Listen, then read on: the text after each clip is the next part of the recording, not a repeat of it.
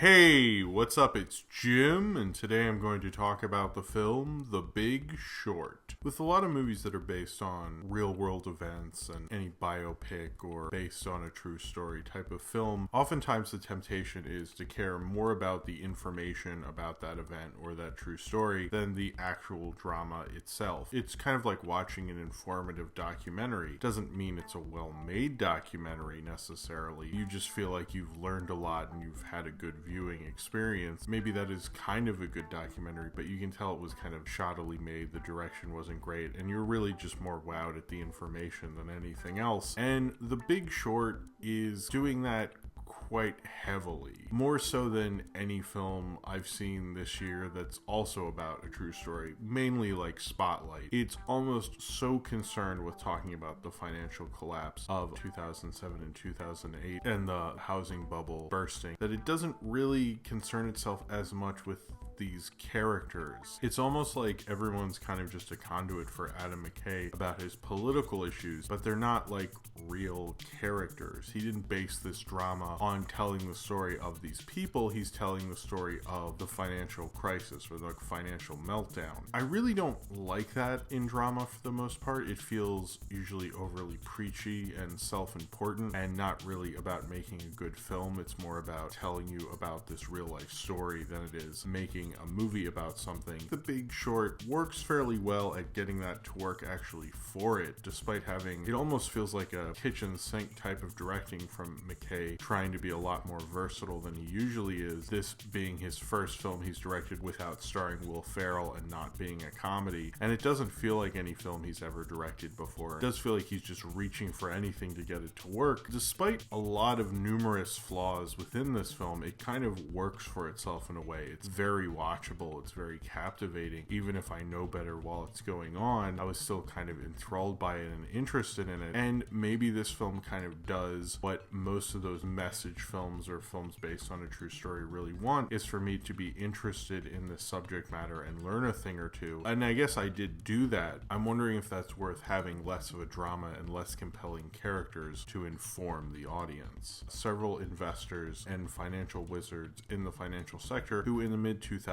realized that the financial collapse was going to happen and came up with credit default swaps, basically there to bet against the CDOs or the collateralized debt obligations bubble to eventually burst. And when it did and the American economy and the housing crisis burst, they would make tons of money. The first being Michael Berry, played by Christian Bale, who is a hedge fund manager, and he invests a ton in it, and he kind of gets the ball rolling. And then Ryan Gosling's character of Jared Vanette hears about it, and then somehow Steve Carell's character of Mark Baum hears about it, and they all start investing. Although not all these plot lines intersect exactly, but they're all in it. And then two younger investors find out about it as well. And it's about these guys who are trying to bet against the American economy because they know it's going to burst before everyone else does, and seeing how sick and twisted and how messed up everything was, and how it definitely will absolutely fall apart. The financial crisis of the late 2000s, or the Great Recession, was something of big interest to Adam McKay. If you watch the end credits to the other guys, you'll see that he did a nice kind of PowerPoint presentation about all the big bonuses people were making on Wall Street despite causing a financial meltdown and losing tons of people their jobs. And you can tell he really cares about this subject, and he really wants to inform you using Michael Lewis's book that this movie's based on called The Big Short, The Doomsday Machine. Michael Lewis also wrote books that the movies like Moneyball and Blindside were based on as well. And he cares a lot about this, but it's almost like while you're watching this film, he cares too much about it. It's not really about one investor, it's about all these investors who aren't connected at all. And most of the film is them talking about how messed up all these things are and discovering these things, but they really do feel like conduits. None of them are fleshed out characters. It's not really interested in building these characters, and the only person I'd really say you get a real arc with is Steve Carell's character of Mark Baum, probably the best person in the whole film. You really get an arc with with him where he's calling everybody out on their bullshit. He's calling to attention all the problems with banks and all the fees they give people, and seeing him just destroyed by this whole thing and being even less of a naysayer while it's all falling apart. But then you look at other characters, like Christian Bale's character almost feels like a crazy guy in a room listening to metal. Even though he's very central to the plot, he doesn't really have much of an arc, but it's not fleshed out, and I didn't care as much as an audience. Everyone's good in this movie. I'm not saying they're not good. It's not really their fault that it's underwritten. They're not there to be characters. They're there to discover things and make you shocked about this. It is one thing to have people leave the theater and talk about the financial crisis, which after I saw this film, everyone was talking about that. And maybe that kind of is the point, and maybe I should look at this artistically as what it intended to do. And if it intended to do that and get people talking about it, then I guess it did, certainly. But if I'm just thinking about this as a drama and as a motion picture, I think it kind of fails as doing anything other than being a conversation piece. It's kind of odd because I don't think it is actually that well made. It's an interesting attempt at being versatile from Adam McKay, and this is a big year for him actually because he's really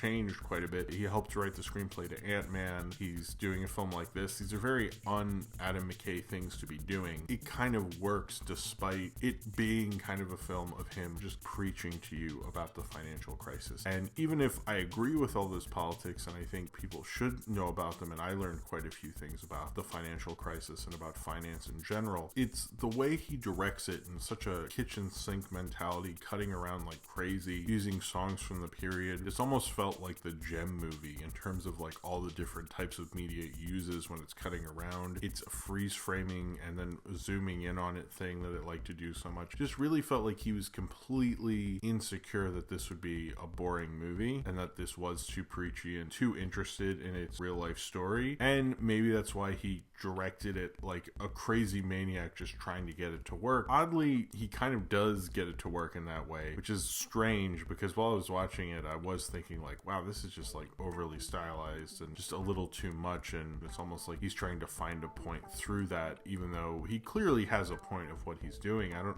really know why he had so much cutting and editing throughout it. There was a real sense that like he almost has to get this to work and he's going to use every trick in the fucking book. And most directors who do that, I probably hate it a lot more than this film does. He kind of uses it quite well and gives it kind of a certain watchability. You do get kind of compelled in, but I realized while I was watching it that this is nothing more than the information. I'm more interested in the event. Other than the Steve Carell character, I'm not really drawn in by anyone. It has a ton of celebrities. It has these funny little bits where it cuts to a celebrity explaining a certain financial situation, whether it's Margot Robbie in a bubble bath, Anthony Bourdain in a restaurant, and then Selena Gomez and some financial advisor at a blackjack table. And he has tons and tons of actors in this film, even like Karen Gillan from Doctor Who, Melissa Leo, Marissa Tomei, Max Greenfeld, and Brad Pitt, since he produced it, kind of similar to his appearance in 12 Years a Slave, where he does a role that makes him look really good. But I guess that's his thing. If his production company's involved and he's in it. And there was this sense of doom that you're rooting for these guys to make these credit default swaps and hopefully they get them to work, and you realize you're rooting for the economic collapse. And there's a certain dark mentality to it. It feels almost emptier because you're not really understanding how they feel about it and how empty that feels to them. The Ryan Gosling character kind of shows his check and acts like it was kind of sad, but you don't really get some existential crisis with it. Same with Christian Bale's character. Same with most of the characters in this film. It's only really Steve Carell who feels it, and it almost felt like there were too many plot lines. You had 4 plot lines almost going on at once. Maybe 3. Ryan Gosling's plotline is smaller, but still they were 3 plot lines that are completely unconnected to one another. And maybe that works a lot better in Michael Lewis's book, but when you're watching the movie, it feels more about the info. It feels more about watching the financial collapse and seeing people who knew it was going to happen as like these kind of soothsayers. You don't get the mournfulness and really an arc the way you do with the Steve Carell character. It does get overly preachy. It even has text at the end right before the credits, spoilers I guess, which felt like so predictable it's ridiculous. I love when these movies do that. They like can't just end it. They have to have like, and here's what this person's doing now and that person. And it went on for a while because there's so many plot lines. For all the problems with this film and kind of a narrative that doesn't really work in terms of character, it kind of works regardless of all that, which is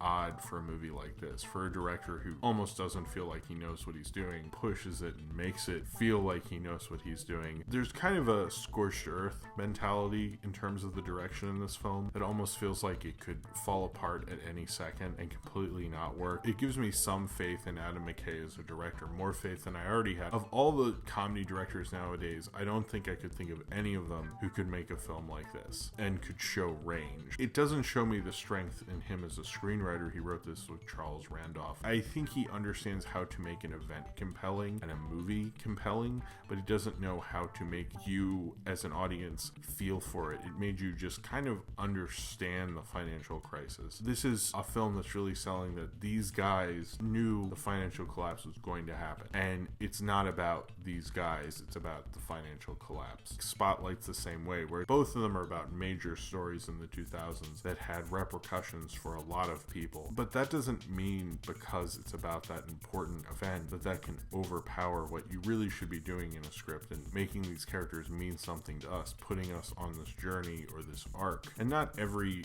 piece of art needs to be the same, and there's not like a definitive way to write a movie or something, but it just feels a little emptier. It feels like I'm just getting information. It might feel like I'm taking on a narrative and watching a good narrative because I learned so much and I went through a journey through the financial climate at the time and kind of feel like I understand it a little more, but I didn't feel like I saw it as a story the way it's presenting itself. It's just like I watched a decent enough okay documentary where I learned a bunch of things that I can then repeat to people and make myself look smart. I didn't see a really great example of amazing filmmaking. I kind of just saw grab and dash infotainment of a movie, and that's fine. And I think for what it's doing, The Big Short's actually very good at it. It just feels a little emptier. It feels a little less personal. It feels just about information. And at a time when we have Wikipedia and articles and blogs and all these things that I could just get the information somewhere else, it feels emptier and a little short-sighted in the end. That this should have really shown me. It keeps talking about how these numbers mean something, how it impacts people's lives, and what that weight is to carry was not represented in a lot of this film. It was just more about them being Nero and watching Rome burn, rather than finding out why Nero was there watching it in the first place and what that must have felt like for him. And just experiencing an event is maybe interesting a little bit, but I'd much rather would like to think about what it was like knowing all this was going to happen and then watching it happen. And I didn't really get enough of that. And I think that's probably would have made The Big Short more of a complete kind of film rather than an infotainment type of motion picture. So if you have seen The Big Short and you would like to talk about it, then comment below in the comments and subscribe if you would like to.